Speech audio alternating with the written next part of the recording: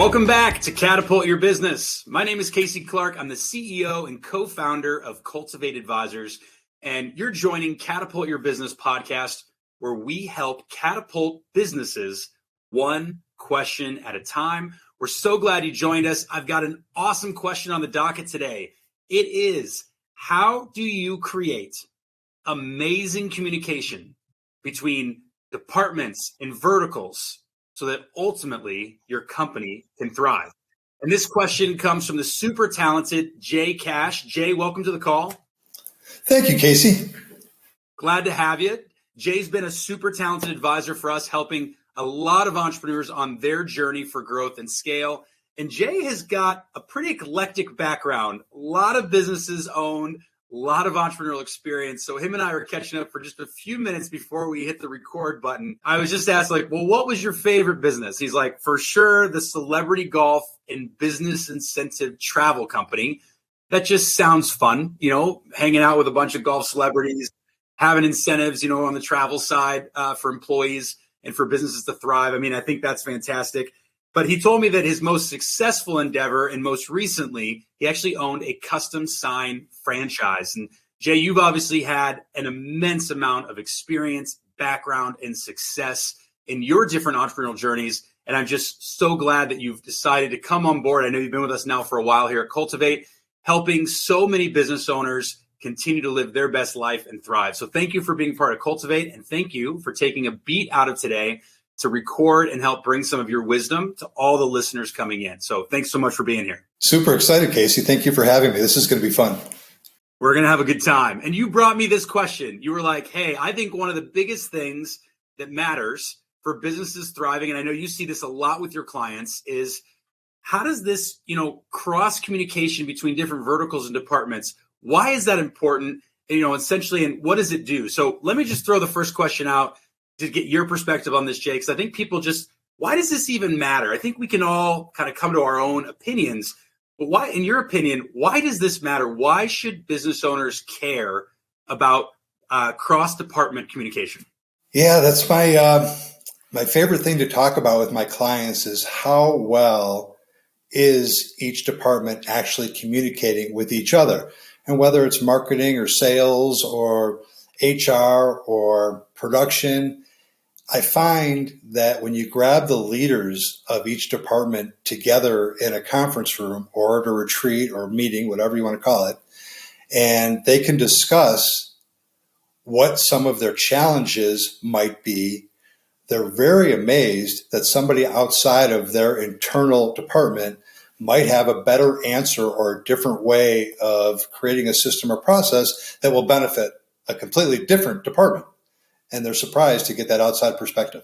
Well, I think we see this in all walks of business, right? Even entrepreneurs deal with this. So often they're in the business. They just can't even look at what it would look like to be on the outside, right? That's the advantage we have as we come in as advisors when we work with owners. So to be able to take that one step deeper and allow the owner to see, look, just because this leader is in this department doesn't mean they have all the best ideas. And we all know, right, Jay, like half the time, a lot of these, executives within these businesses have very different strengths, right? If you take the strengths finder, some people are great at idea generation, some people are not. So there's also some of that correlates. But why do you think that there's so much more value to having multiple leaders in the room? Like when they get together, what do you think it is that allows other department heads to maybe throw out the right ideas for other departments? I'm just curious what you think leads to that. I think that when you are knee deep in your biggest challenge, in your mind, you think that you're defining and measuring and analyzing what you may need.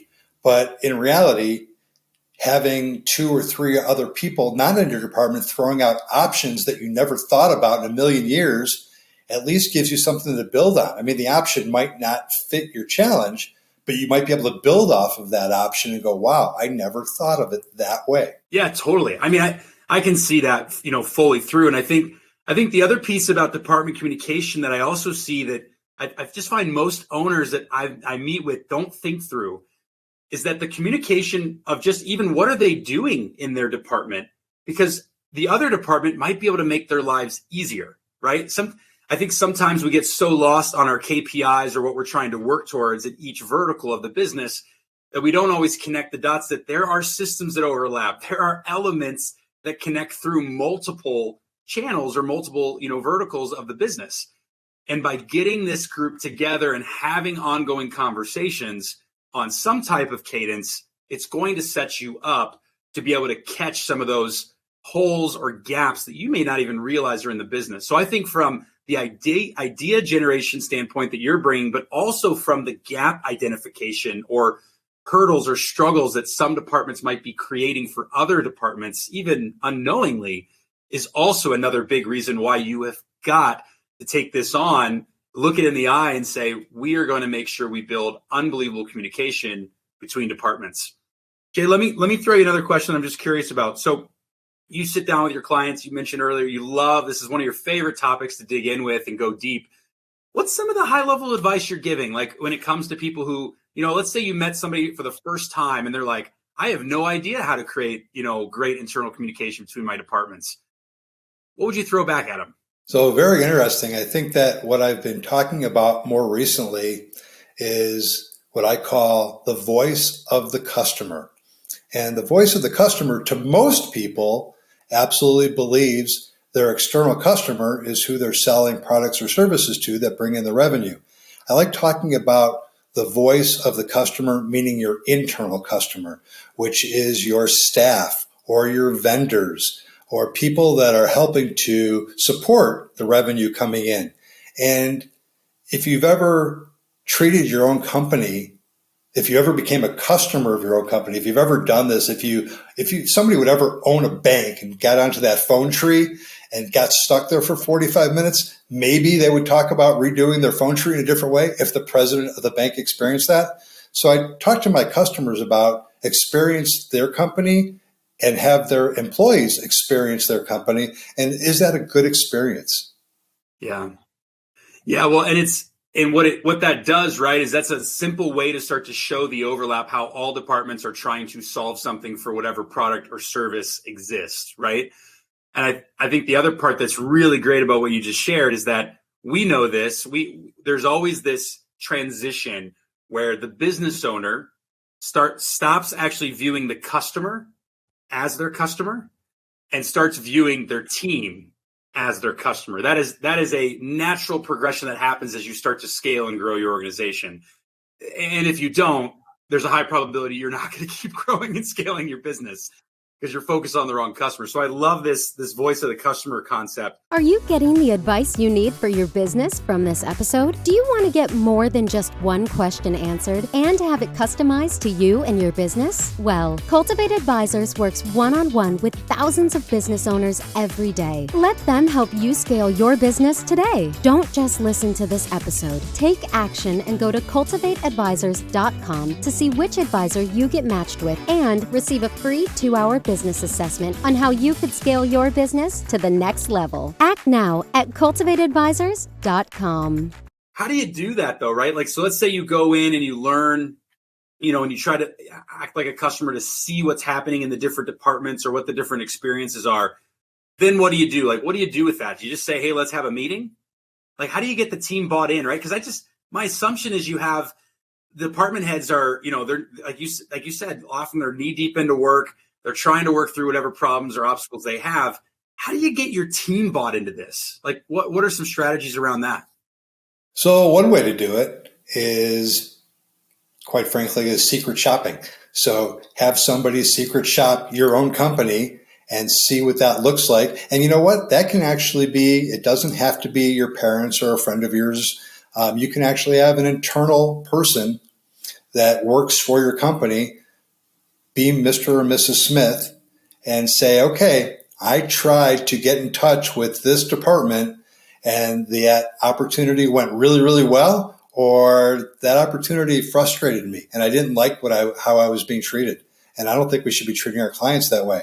Or you get, hey, what we're doing is phenomenal. We can possibly improve on it, but man, what a great experience. So either way, you're learning about your own company, and what the perception is reality, obviously, to the clients that you're serving. What I think is important too about what was just said is that you are not you're not saying you go in to only identify the gaps. You also go in to validate and build confidence between the departments. Because oftentimes you might do that secret shopping, or you may have that experience as a neat way to start to help people understand all departments and cross-train against all departments.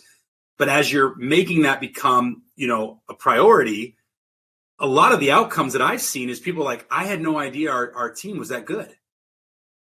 Right? That can also be the outcome, right? That can be part of it. Not always, but sometimes it is.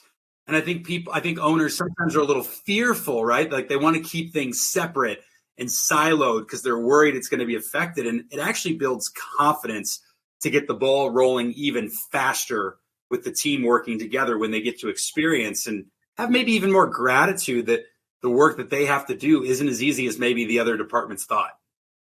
I love it. And you're right in that, in a real simple terminology that I've learned from somebody that taught me well, Mr. Alan Mullally, that your world can be put into green, yellow, or red. Green, that department is going perfect. Don't change a thing, but you can always grow and get better. Yellow, we need a little bit of help. Let's talk about that. I can use some outside perspective from my fellow department heads. Or red, situation not going well at all. Can I please get some ideas of how we get out of the basement and bring it on up? And the goal is to always be growing and improving and creating better systems and processes always. Even if you're running really well, there's always a way to get a little bit better. Well, I think I have a similar background in training around the green, yellow, and red. Just a very different lens of how we view it is that the green, yellow, and red has to be in pursuit of the goal, right? You have to take not about what we're doing right now. It has to be, if we want to achieve X as an organization, how would you rank, the different elements in your business or your department from green, yellow, and red? And I think what you're sharing here, Jay, and I'm assuming is that you're saying, hey, when you get your department heads together, when you get, different departments together, this is a great exercise to have people share openly and then allow each other's departments to give feedback or ideas to help work through some of those yellow and red areas, or even challenge some of the green areas and go, really? You think that's good? I don't know. Seems like there's another opportunity of where we could get. I love it. I love the perspective of green, yellow, and red. One of the things that's like, there's a tangible how that has to be worked through here. How do you set up the meetings, right? Like what cadence do you recommend? Like, is it different by business? Is it kind of the same system that most businesses can implement? I'd just love to hear your 2 cents, or even if you have some examples that you've worked with the clients recently on setting up these cross-departmental meetings. So what I do it often with my clients, and depending on how many people are on their leadership team, the meetings might be structured just a little bit different. But when you're looking at, let's call it 5 or 6 departments heads or greater, it's nice to absolutely get together at least once a week, preferably on a Monday, and setting up expectations. So when you talk about green, yellow, and red, a little bit more on this is when you're looking at your metrics, if you're measuring everything, I'm supposed to do X amount of revenue or X amount of invoices or X amount of lead generation calls, whatever that looks like, as long as there's a defined measurement and you're talking about over the next week, did we hit the goals from the previous week? It's very telling. And even if you're hitting the goals every single week, are the goals not strong enough? Can we improve those goals or make them stronger? If we're not hitting the goals every week, that's when we want to talk about, were those metrics real at that stage? And are we just we're not hitting the ball every time? What can we do to improve so that we hit that goal every week? And that's really what it comes down to, is you put out your vision and you build toward that vision, and you put it in baby steps, whether it's 90 days or 1 month or 1 week, but you have to stay on the same page, and you can't reevaluate once a year. You have to evaluate at least once a week. Well, I mean, this is just tying back, right, to Gino Wickman's, traction book and EOS, the Entrepreneur Operating System, where you take the rocks, right, or KPIs, whatever language you want to use, you work it backwards, you have your micro goals, you eat that elephant one bite at a time. And by setting up the business that way, ultimately you start to see where departments are thriving or not. You bring all those department heads, or if you're a smaller company, because this works for smaller companies too, bring one or two people from each department into some form of team huddle on some form of cadence that you all agree that's in pursuit of your goals. Have the meeting. And what I love is you can kick off by going, what was the past period's goal? What's the future period goal? And now let's take a look at the future and where are green, yellow, and red so we understand what's working and what our barriers are. And let's get into a creative conversation and help solve that for each other so we all can, start to communicate across departments to understand the best way to get from A to Z. I mean, what you're talking about is change management. I mean, right? Like you're on like the very tip of the change management processes that get put in places or organizations where you have to identify the root problem, create the buy-in, brainstorm the ideas to first be able to even identify it before you then go and help make behavioral change within the organization. So love it. I love that it's connecting, and hopefully some entrepreneurs listening in are starting to connect even some of our past episodes where we're connecting the dots on some leadership elements. One more thing on smaller companies or companies with departments, I'm also a huge advocate of the daily huddle. And that, depending on the size of your team, should be no more than 10 to 15 minutes. My daily huddles, when I run them with companies, are quite simply, what I like about the daily huddle is everybody shows up on time, knows they need to be in a specific place at a specific time. Everybody's on the same page. And my daily huddles, real quickly, are what were the wins from yesterday? Does anybody have any challenges they need help with today to make sure that we are as good as we can be today? And then I leave with, is there anything we need to make your job faster, better, easier, or more efficient? And we end the huddle, go to work. Well, and this is a page right out of Brian Scudamore, the founder and CEO of 1-800-GOT-JUNK. I mean, this is the bread and butter that created, first 1-800 and then turned into O2E. We interviewed Brian at an event, one of our events more recently. And, this is one of the big elements that he talks about. So a lot of players, on the entrepreneurial space are implementing this. And I think what I really like about your spin on it, Jay, was that last little part where you're talking about, hey, you're bringing that group together to create that communication in department and cross department, but that clear ask of, is there anything that you need, right? Essentially, is there anything else that you need that would allow you to achieve these objectives that we're aiming towards? And what that does is that just creates that massive buy-in with your team, the feeling of support, and allows them to voice issues that they're having. Therefore, again, starting to create true communication across the organization, where a lot of times, especially with everybody being so remote these days, it's siloed, right? Like I'm seeing a ton of businesses that are having a hard time growing, or if they are growing, there's a lot of things breaking because it's a different world. You have to truly create meeting cadences and systems if you want to get your people, and you have to be intentional if you want to get your people together on a set forum to have the conversation, because we're all operating with these computer screens now and, trying to manage it via email. And that's just not the fastest or best way to have that cross communication to really thrive. I don't know. Are you seeing that same trend? We're very blessed that this technological world that we live in now allows us to do more than we've ever done before. So yes, we're in person was the only way every day. This just gives us more of an opportunity to succeed faster and better and be more efficient with our time as well, though. So I'm good with it. Thanks for tuning in to Catapult Your Business, where Cultivate Advisors is helping you catapult your business one question at a time. Are you running your business, or is your business running you? At Cultivate Advisors, they'll match you with an expert advisor and do a free 2-hour deep dive for your business. This will give you the clarity you need on how to get your business to the next level. Cultivate has worked with thousands of businesses. What do you have to lose? So head over to cultivateadvisors.com and sign up for your free 2-hour session. Let's talk a little bit about development, right? Like one of the things that I commonly see is that owners naturally like kind of silo development down to an individual level versus to an organizational level, right? So truly being able to come together to say, hey, this is the types of development or skills we need to build within the organization. Any tips or tricks that you're bringing to your clients right now of how to go about increasing the development and skills, across multiple departments? Oh my goodness, that's a great question. So in skilling up or developing somebody within a department, my best answer to that would find the very best person that does that job and have them coach that person on how to do that job better.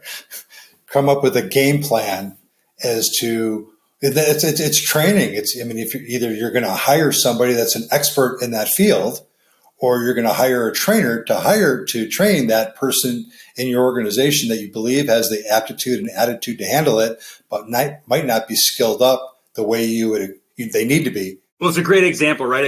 I think a lot of times business owners, we hear the theory of cross training. I think people think a lot about like, oh, we want to have cross training so we can protect ourselves for purposes of redundancy. Yes. And right. There's also this element that allows the business to thrive when you start to get multiple people from multiple areas of the business learning or seeing how other things work. So they might throw out a question that totally shifts the route of that department or that role. And so again, back to your example earlier, if you take these team members and you connect these dots for them to say, look, we've got a really all-star performer here. Let's let them go and train. I think owners, we always put it on us, right? When we're scaling these companies, like we're always putting it on ourselves. Like we've got to train everybody. I just got done working with two of our sales folks here on our team that, we're trying to kind of maneuver them in a different way. And, I had multiple options. I could take the time I didn't have and figure out how to train them, or I just went and found the best person in the company who knows how to do this very specific task that I need to improve them on. And I said, hey, go record this 3 times, sent the email to the 2 reps, have the reps send me back their feedback, and bada bing, bada boom, I quarterbacked a few minutes. But what I want everybody listening in to hear is Jay's advice is brilliant. It is get other people on your team training. You don't actually have to have trainers to train and develop your team. You can identify the core elements of the team members of what they're amazing at and focus there and how to use that versus just only looking at the gaps or weaknesses of people in your organization. And I think that's just a really good message to just grind home for everybody listening. One other area I'm curious about, Jay, just to get your perspective on, and then we'll wrap it up. I'm curious, systems and processes, they flow throughout different departments. And, you might have, the marketing generating the lead then flows to this. The leads have to go to the salespeople, and then the sales team has to convert that. And then the operations takes it over, right? I would say the customer journey is probably the one that I see just flows through pretty much all departments even down to the financial side, managing accounts receivable, right? How do you bring your team together properly to focus on, communicating and optimizing complicated systems within the organization? Like, what's your perspective? Any tips or kind of advice you can give around that? Sure. That goes back to the very beginning question that we talked about. And that is bringing all stakeholders together and saying, hey, this is our process. The phone is ringing or somebody emailed our company and is looking to procure a product or service. It goes to this person. That person does their job and the handoff takes place. And this might happen 2 or 3 or 4 more times before it ultimately gets to the accounts receivable department or ultimately the person that's sending out the survey. Hey, what did you think of the process of working with our company? Talk, get together and say, hey, this is how we're doing it. Does our client via survey say that every step of the way was seamless and transparent and fun? Do they enjoy the process? Will they do it again? Will they refer people? Will they recommend people? Will they repeat? That's business success is repeat and referral business, of course. I love it. I know one of the things I've done with a lot of clients I've worked with in the past, Jay, is I'll have them list out what are the core 10 to 15 systems or processes that are flowing through your business that makes the business or the widget work. List those out. And then even just on the next column over, let's identify every stakeholder that touches this in any capacity, even if it's just for an email. I want them listed. And then what is the cadence that we're going to come back and review this system? That's the third column. What is the cadence of which we need to come back to review, optimize, and modify so we are always keeping up with the never-ending changes that are happening within our business? And I think so often we chase and run to broken systems and processes reactively versus getting into a true communication style and meeting style to approach them proactively. And again, so some systems you might identify you don't need to reach out or review for 2 or 3 years at a time. Others, it might be we need to look at this every month, because that's just the reality of how often we need to look at that system, because there's a lot of complexity and a lot of variability that can kick in as the markets or anything shifts within your world. I love it. My biggest piece of advice to everybody listening in as it pertains to getting people communicating and getting them all swimming in the same direction, to align and thrive, is I really, really like Jay's example of the most simple tool is just green, yellow, red. When you want to, it's so easy to try to ask the right questions or to dig into the right data. But if you just force people in their world to go, tell me the 2 or 3 things that are going amazing. Tell me the 2 or 3 things in pursuit of this goal that are, I think it'll work, but there could be some opportunity. And then tell me the 2 or 3 that are just in the red. We know we have issues. Share it with your peers and let's get some ideas going to get you out of your own world.